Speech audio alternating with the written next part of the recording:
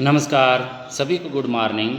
आज के प्रातःकालीन समय में हम हिंदी के कविता के संबंधित लेसन 10 देखते हैं कि लेसन 10 हिंदी के कविता से कैसे बनाते हैं। बहुत ही अच्छा, स्पष्ट और समझ आने लायक इस पे लेसन 10 को बनाया गया है। तो देखते हैं, पतझड़ मिट्टी पत्तियाँ, ये रविंद्र केलकर द्वारा लिखी गई कविता है और इसी के द्वारा हम विषय का प्रवेश करते हैं। तो फर्स्ट हम एक तस्वीर, एक चित्र रखते हैं और प्रस्तुत पाठ के प्रसंग पढ़ने वालों से थोड़ा कहा बहुत समझना की मांग करते हैं।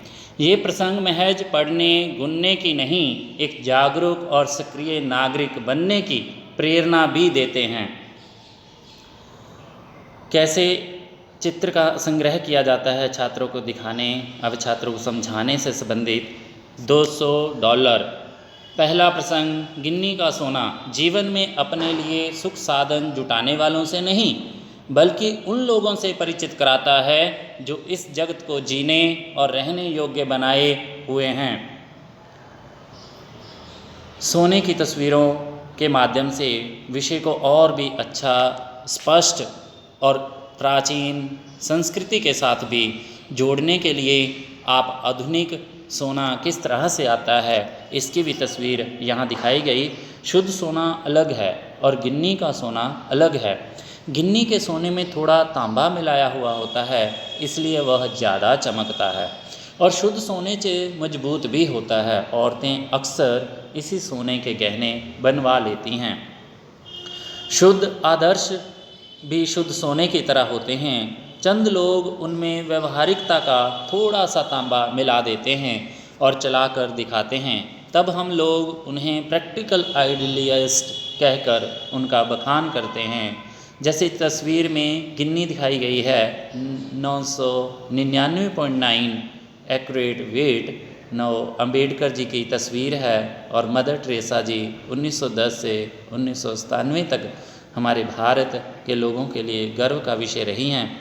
हमें हमेशा अपने पूर्वजों का, अपने बड़ों का सम्मान करते रहना है और इसी से संबंधित अब प्रैक्टिकल आइडियलिस्ट के जीवन से आदर्श धीरे धीरे पीछे हटने लगते हैं और उनकी व्यवहारिक सूझबूझ ही सामने आती है। सोना पीछे रहकर तांबा ही आगे आता है।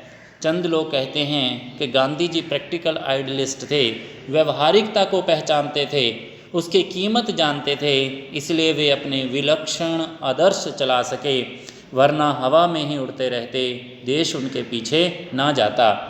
महात्मा गांधी जी की तस्वीर हमें अपने भारत का वर्तमान और भविष्य को सृजित करने की प्रेरणा देती है और ये केवल मात्र हमारे राष्ट्रपिता ही नहीं, एक अच्छे नेतृत्व करने वाले नेता के तौर पे भी हमारे अग्रणीय रहे हैं। एक अच्छा, संपन्न, शुद्ध विचारों का व्यक्ति ही जो अच्छे विचार लोगों तक पहुंचा पाता है, उसी के पीछे ही जनता अपना भरपूर प्यार स्नेह अर्पित करती है।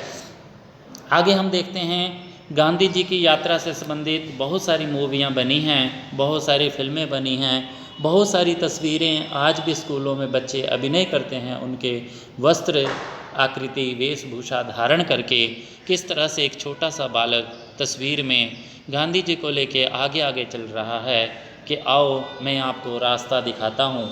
वास्तव में आज कक्षा में छात्र भी हमें ऐसे ही रास्ता दिखाते हैं। बहुत बार हमारी कही हुई बातों का उत्तर, जिसका हमारे पास भी प्रत्युत्तर नहीं होता, इस तरह की परिस्थितियाँ बनती हैं। तो सच में ही आदर्श हमारे श्रेष्ठ लोगों द्वारा ही स्थापित किए जाते हैं। आओ आगे पढ़ते हैं। पर गांधी जी कभी आदर्शों को व्यवहारिकता के स्तर पर उतरने नहीं देते थे, बल्कि व्यवहारिकता को आदर्शों के स्तर पर चढ़ाते थे। वे सोने में तांबा नहीं, बल्कि तांबे में सोना मिलाकर इसकी कीमत बढ़ाते थे। इसीलिए सोना ही हमेशा आगे आता रहता था। व्यवहारवादी लोग हमेशा सजग रहते हैं, लाभ हानि का हिसाब लगाकर ही कदम उठाते हैं। वे जीवन में सफल होते हैं, दूसरों से आगे भी जाते हैं, खुद ऊपर चढ़ें और अपने साथ दूसरों को भी ऊपर ले जाएं। यही महत्व की बात है। ये काम तो हमेशा आदर्शवादी लोगों ने ही किया है। समाज के पास अगर कोई अमर चीज़ है तो वह आदर्शवादी लोगों का ही दिया हुआ है। व्यवहारवादी लोगों ने तो समाज को गिराया ही गिराया है। केवल मात्र आदर्श श्रेष्ठ पुरुषों के चले जाने के बाद हमें उनकी महत्ता पता लगती है। जैसे यहाँ महात्मा गांधी जी के जीवन को आज हम याद करते हैं, उस वक्त कितना प्यार, कितना स्नेह, कितनी यातनाएं उन्होंने सही होंगी हम अनुमान नहीं लगा सकते, लेकिन आज भरपूर प्यार मिल रहा है और ये मानो उस परम पूज्य व्यक्ति के लिए एक सम्मान की ही कड़ी है। विवेकानंद जी का भी नाम हमारे भारत के चमकते हुए मंडल में हमेशा चमकता रहता है, जो एक विभूति थे, एक अच्छे विद्वान वक्ता थे, जो अपनी बात को स्पष्ट तौर पर किसी के सामने भी बेझिझक कहना जानते थे। तो इन्हीं से हमें प्रेरणा मिलनी चाहिए और हमेशा इनका सम्मान हमारे दिल में रहे। पतझड़ में टूटी पत्तियाँ किस तरह से बिखर गई, रविंद्र केलकर द्वारा लिखी गई ये जो कविता है, उसी से संबंधित आज हम इसको पढ़ रहे हैं। दूसरा प्रसंग झेन की देहन बौद्ध धर्म में वर्णित ध्यान की उस पद्धति की याद दिलाता है जिसके कारण जापान के लोग आज भी अपनी व्यस्ततम दिनचर्या के बीच कुछ चैन भरे पल पा जाते हैं। एक बार लेखक जापान घूमने के लिए गए थे, तो तब उन्होंने ऐसे कप प्लेट कितनी अच्छी आकृति वाले देखे।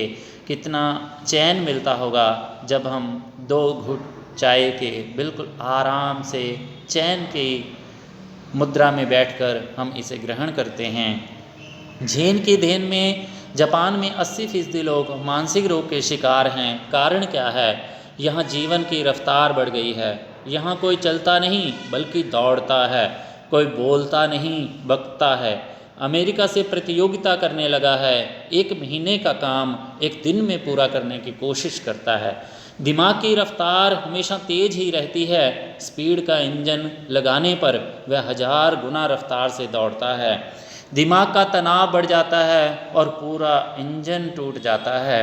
किस तरह से यहाँ जापान के लोगों की दिनचर्या को बताया गया कि किस तरह से मशीनें काम करती हैं और मशीनों के सामने इंसान भी मशीन होता जा रहा है। सड़कें देखो, बिल्डिंगें देखो, फैक्ट्रियाँ देखो, इंडस्ट्रियाँ देखो, सब जगह भाग दौड़ है। एक वक्त 2 सुकून के पलों को बिताने के लिए व्यक्ति किस तरह से भाग रहा है। जापान में जीवन की रफ्तार देखो, किस तरह से आकृतियों के पुतलों के आकार बनाए जा रहे हैं, किस तरह से बड़ी बड़ी इंडस्ट्रियों में स्पेस में मिशन में जाने के लिए किस तरह से सैटेलाइटों का निर्माण हो रहा है। नतीजा इसका मानसिक रोग, डिप्रेशन, चेहरे पर अजीब तरह की विकृतियाँ, अजीब तरह की झुर्रियाँ इत्यादि पड़ती जा रही हैं। बहुत छोटी लाइफ होती जा रही है। कब हंसना सीखे थे और कब हंसें हम लास्ट बार, आज फिर से सोचना है, फिर से समझना है। जब भी हम कोई काम करते हैं, दिमाग के किन किन मस्तिष्क पर क्या क्या प्रभाव पड़ता है, कैसे हमारे चेहरे पर उसका प्रभाव दिखाई देता है, उसी को ही तस्वीर के माध्यम से दिखा करके हम समझाते हैं। छात्रों को बड़े ही प्यार से, बड़े ही स्नेह से, बड़े ही दुलार से हम पढ़ाते हैं। जैसे शाम को लेखक के मित्र उनको एक टी सेरेमनी में ले गए। चाय पीने की ये एक विधि है, जापानी में उसे चा नो यू कहते हैं। The health benefits of tea have been known to the Chinese for thousands of years. In Japan, tea drinking was made widespread by Issai 1141 to 1215, the founder of Japanese Jain Buddhism. He brought back some tea seeds from China and experimented with growing and making green tea like a new pictures as a old house for architectures, like so many different type in these pictures. वह भी एक 6 मंजिला इमारत थी जिसकी छत पर दफ्ती की दीवारों वाली और चटाई की ज़मीन वाली एक सुंदर पर्णकुटी थी। बाहर बेढब सा एक बर्तन था, उसमें पानी भरा हुआ था। हमने हाथ पांव इस पानी से धोए, तौलिए से पोंछे और अंदर गए। अंदर चाजीज बैठा था। हमें देखकर वह खड़ा हुआ, कमर झुकाकर उसने हमें प्रणाम किया। 2 झो आइए तशरीफ़ लाइए कहकर स्वागत किया। कितनी अच्छी तस्वीर है, एक 55-60 साल का, 65 साल का भी व्यक्ति झुक रहा है, सम्मान दे रहा है। तो हमें भी क्यों नहीं झुकना चाहिए जब हम 5, 10, 15, 25 साल के भी हैं। दूसरी तस्वीर में फिर उसने अंगूठी सुलगाई, उस पर चायदानी रखी, बगल के कमरे में जाकर कुछ बर्तन ले आया, तौलिए से बर्तन साफ किए, सभी क्रियाएं इतनी गरिमापूर्ण ढंग से की कि उसकी हर भंगिमा से लगता था मानो जय जयवंती के सुर गूंज रहे हों। वहाँ का वातावरण बहुत ही शांत था।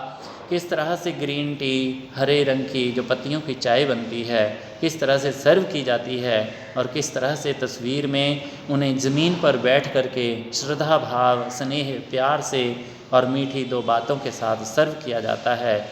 चाय तैयार हुई, उसने वह प्यालों में भरी, फिर वे प्याले हमारे सामने रख दिए। वहाँ हम 3 ही मित्र थे। इस विधि में शांति मुख्य बात होती है, इसलिए वहाँ 3 से अधिक आदमियों को प्रवेश नहीं दिया जाता। प्याले में 2 घूंट से ज़्यादा चाय नहीं थी। हम होंठों से प्याला लगाकर एक एक बूंद चाय पीते रहे। करीब 1.5 घंटे तक चुस्कियों का यह सिलसिला चलता रहा। पहले 10-15 मिनट तो मैं उलझन में पड़ा, फिर देखा दिमाग की रफ्तार धीरे धीरे धीमी पड़ती जा रही है। थोड़ी देर में बिल्कुल बंद भी हो गई। मुझे लगा मानो अनंत काल में जी रहा हूँ। यहाँ तक के सन्नाटा भी मुझे सुनाई देने लगा। अक्सर हम या तो गुजरे हुए दिनों की खट्टी मीठी यादों में उलझे रहते हैं, या भविष्य के रंगीन सपने देखते रहते हैं। हम या तो भूतकाल में रहते हैं, या भविष्य काल में। असल में दोनों काल मिथ्या हैं।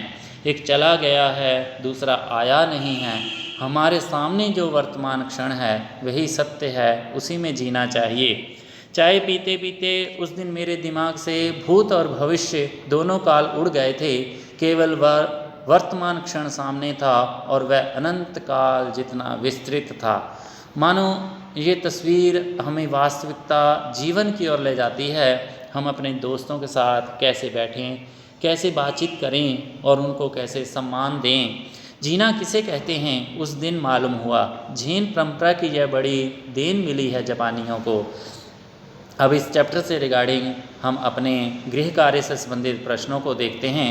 गांधी जी के आदर्शों पर आधारित पुस्तकें पढ़िए, जैसे सत्य के साथ मेरे प्रयोग महात्मा गांधी जी द्वारा लिखी है, और उपन्यास गिरमिटिया गिरिराज किशोर जी द्वारा लिखा गया है, जो इस चैप्टर से संबंधित है। पाठ में वर्णित टी सेरेमनी का शब्द चित्र प्रस्तुत कीजिए। भारत के नक्शे पर वे स्थान अंकित कीजिए जहाँ चाय की पैदावार होती है।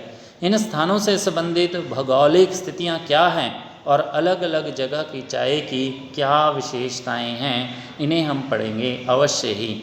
आज के